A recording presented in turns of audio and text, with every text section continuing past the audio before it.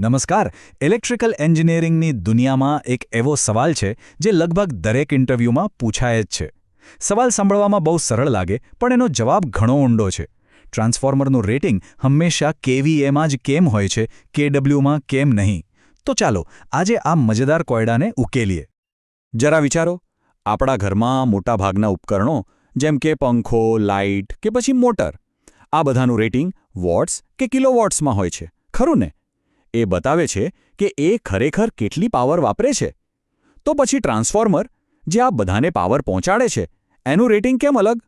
આ જ તો એ રહસ્ય છે જે આજે આપણે ખોલવાના છીએ. તો આ રહસ્ય ઉકેલવા માટે આપણો પહેલો સુરાગ છુપાયેલો છે ઉત્પાદકની દૃષ્ટિમાં. આપણે એ સમજવું પડશે કે જ્યારે કોઈ કંપની ટ્રાન્સફોર્મર બનાવે છે ત્યારે એમની સામે સૌથી મોટો પડકાર શું હોય છે. આ જ આખી વાતનો પાયો છે. વિચારો, જે કંપની ટ્રાન્સફોર્મર બનાવી રહી છે એને સહેજ પણ અંદાજો નથી હોતો કે ભવિષ્યમાં જે કોઈ એને ખરીદશે એ એની સાથે શું જોડશે. એટલે કે એની સાથે જોડાયેલો લોડ રેઝિસ્ટિવ પણ હોઈ શકે, જેમ કે પાણી ગરમ કરવાનું હીટર, અથવા કોઈ ફેક્ટરીની મોટી મોટર જેવો ઇન્ડક્ટિવ લોડ પણ હોઈ શકે, અથવા તો અમુક ઇલેક્ટ્રોનિક સર્કિટ જેવો કેપેસિટિવ લોડ પણ હોઈ શકે. હવે દરેક પ્રકારનો લોડ વીજળીનો ઉપયોગ અલગ અલગ રીતે કરે છે, અને આ જ અનિશ્ચિતતા ઉત્પાદક માટે એક મોટી સમસ્યા છે. અને આ જે અજ્ઞાત લોડની સમસ્યા છે ને, એ આપણને સીધા જ બીજા અને કદાચ સૌથી મહત્વના સુરાગ તરફ લઈ જાય છે. અને એ છે ગુમ થયેલ પાવર ફેક્ટર. ચાલો સમજીએ કે આ શું બલા છે. પાવર ફેક્ટરને સરળ રીતે સમજવા માટે એક કોલ્ડ્રિંકના ગ્લાસની કલ્પના કરો. આખો ભરેલો ગ્લાસ એ કુલ પાવર છે, પણ એમાં જે ખરેખર પીવાલાયક કોલ્ડ્રિંક છે એ છે વાસ્તવિક પાવર, એટલે કે જે ખરેખર કામ કરે છે. અને ઉપર જે ફીણ છે એ રિએક્ટિવ પાવર છે, જે કામમાં નથી આવતી. તો પાવર ફેક્ટર એ માપે છે કે ગ્લાસમાં ફીણની સરખામણીમાં કોલ્ડ્રિંક કેટલું છે. સ્વાભાવિક છે કે આપણને ફીણ ઓછું અને કોલ્ડ્રિંક વધારે જોઈએ, એટલે કે પાવર ફેક્ટર 1ની નજીક જોઈએ. હવે જુઓ, એસી સર્કિટમાં વાસ્તવિક શક્તિ એટલે કે વોટ્સની ગણતરી કરવા માટેનું સૂત્ર છે વોલ્ટેજ V ગુણ્યા કરંટ I ગુણ્યા પાવર ફેક્ટર cos phi. આ ત્રણેય વસ્તુઓ ભેગી મળીને નક્કી કરે છે કે ખરેખર કેટલી શક્તિ કામમાં આવી રહી છે. અને અહીં જ ઉત્પાદકની અસલી સમસ્યા સામે આવે છે.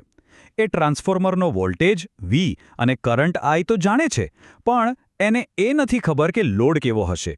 અને જો લોડ જ ખબર ન હોય તો પાવર ફેક્ટર cos phi ની કિંમત ક્યાંથી ખબર હોય? એ તો એક મોટો પ્રશ્નાર્થ ચિહ્ન બની જાય છે. સારું, તો અત્યાર સુધી આપણે જોયું કે ઉત્પાદક પાવર ફેક્ટર નથી જાણતો. પણ હવે આવે છે આપણો છેલ્લો અને સૌથી નિર્ણાયક સુરાગ. સાચો જવાબ પાવર ફેક્ટરમાં નહીં, પણ ટ્રાન્સફોર્મરની અંદર થતા લોસ એટલે કે નુકસાનમાં છુપાયેલો છે. બધો ખેલ અહીં છે. જુઓ, કોઈપણ ટ્રાન્સફોર્મરની ડિઝાઇન કરતી વખતે ઉત્પાદકનું મુખ્ય ધ્યાન એની અંદર થતા પાવર લોસને કાબૂમાં રાખવાનું હોય છે, કારણ કે આ લોસને કારણે ગરમી ઉત્પન્ન થાય છે, અને જો ગરમી બહુ વધી જાય તો ટ્રાન્સફોર્મર બળી પણ શકે છે. હવે આ સ્લાઇડ પર ખાસ ધ્યાન આપજો. આ બહુ જ રસપ્રદ છે. ટ્રાન્સફોર્મરમાં મુખ્યત્વે 2 પ્રકારના લોસ હોય છે. એક છે કોપર લોસ, જે ફક્ત કરંટ I પર આધાર રાખે છે, અને બીજો છે આયર્ન લોસ, જે ફક્ત વોલ્ટેજ V પર આધાર રાખે છે. આમાં ક્યાંય પાવર ફેક્ટરનો ઉલ્લેખ દેખાય છે? બિલકુલ નહીં. તો આનો સીધો અને સ્પષ્ટ મતલબ એ થયો કે ટ્રાન્સફોર્મર કેટલો ભાર સહન કરી શકશે એનો આધાર ફક્ત અને ફક્ત એના વોલ્ટેજ અને કરંટ પર છે, પાવર ફેક્ટર પર બિલકુલ નથી. ઉત્પાદકનું ધ્યાન એવા પરિબળો પર હોય છે જેને તે નિયંત્રિત કરી શકે, અને એ છે વોલ્ટેજ અને કરંટ. સારું, તો હવે આપણી પાસે 3 સુરાગ આવી ગયા છે: ઉત્પાદકની અનિશ્ચિતતા, ગુમ થયેલો પાવર ફેક્ટર અને લોસનો સાચો આધાર. ચલો હવે આ બધા ટુકડાઓને જોડીને કેવીએના રહસ્ય પરથી પડદો ઉઠાવીએ. હવે તર્ક એકદમ સ્પષ્ટ છે. પહેલું, ઉત્પાદકને લોડનો પ્રકાર ખબર નથી. બીજું, એટલે પાવર ફેક્ટર પણ ખબર નથી. ત્રીજું, એમને એ ખબર છે કે ટ્રાન્સફોર્મરની મર્યાદા ફક્ત વોલ્ટેજ અને કરંટ નક્કી કરે છે. તો ચોથું અને છેલ્લું, રેટિંગ એવું હોવું જોઈએ જેમાં પાવર ફેક્ટરની જરૂર જ ન પડે. અને એવું શું છે? ફક્ત વોલ્ટેજ અને એમ્પિયરનો ગુણાકાર. અને આ વોલ્ટેજ અને કરંટના ગુણાકારને ટેકનિકલ ભાષામાં એપરન્ટ પાવર કહેવાય છે, જેનો એકમ છે વોલ્ટ એમ્પિયર, એટલે કે VA. આ એક એવું રેટિંગ છે જે પાવર ફેક્ટરને ગણતરીમાં લીધા વગર ટ્રાન્સફોર્મરની કુલ ક્ષમતા બતાવે છે. અને કારણ કે ટ્રાન્સફોર્મર બહુ મોટી માત્રામાં પાવર હેન્ડલ કરે છે એટલે આ રેટિંગને સામાન્ય રીતે કિલોમાં દર્શાવાય છે એટલે કે કિલોવોલ્ટ એમ્પિયર્સ અથવા ટૂંકમાં કેવીએ જ્યાં કેનો મતલબ છે 1000. તો અંતે આ બધાનો સાર શું નીકળ્યો? જ્યારે કોઈ ટ્રાન્સફોર્મર પર કેવીએ રેટિંગ લખેલું જોઈએ ત્યારે એનો અસલી મતલબ શું સમજવો?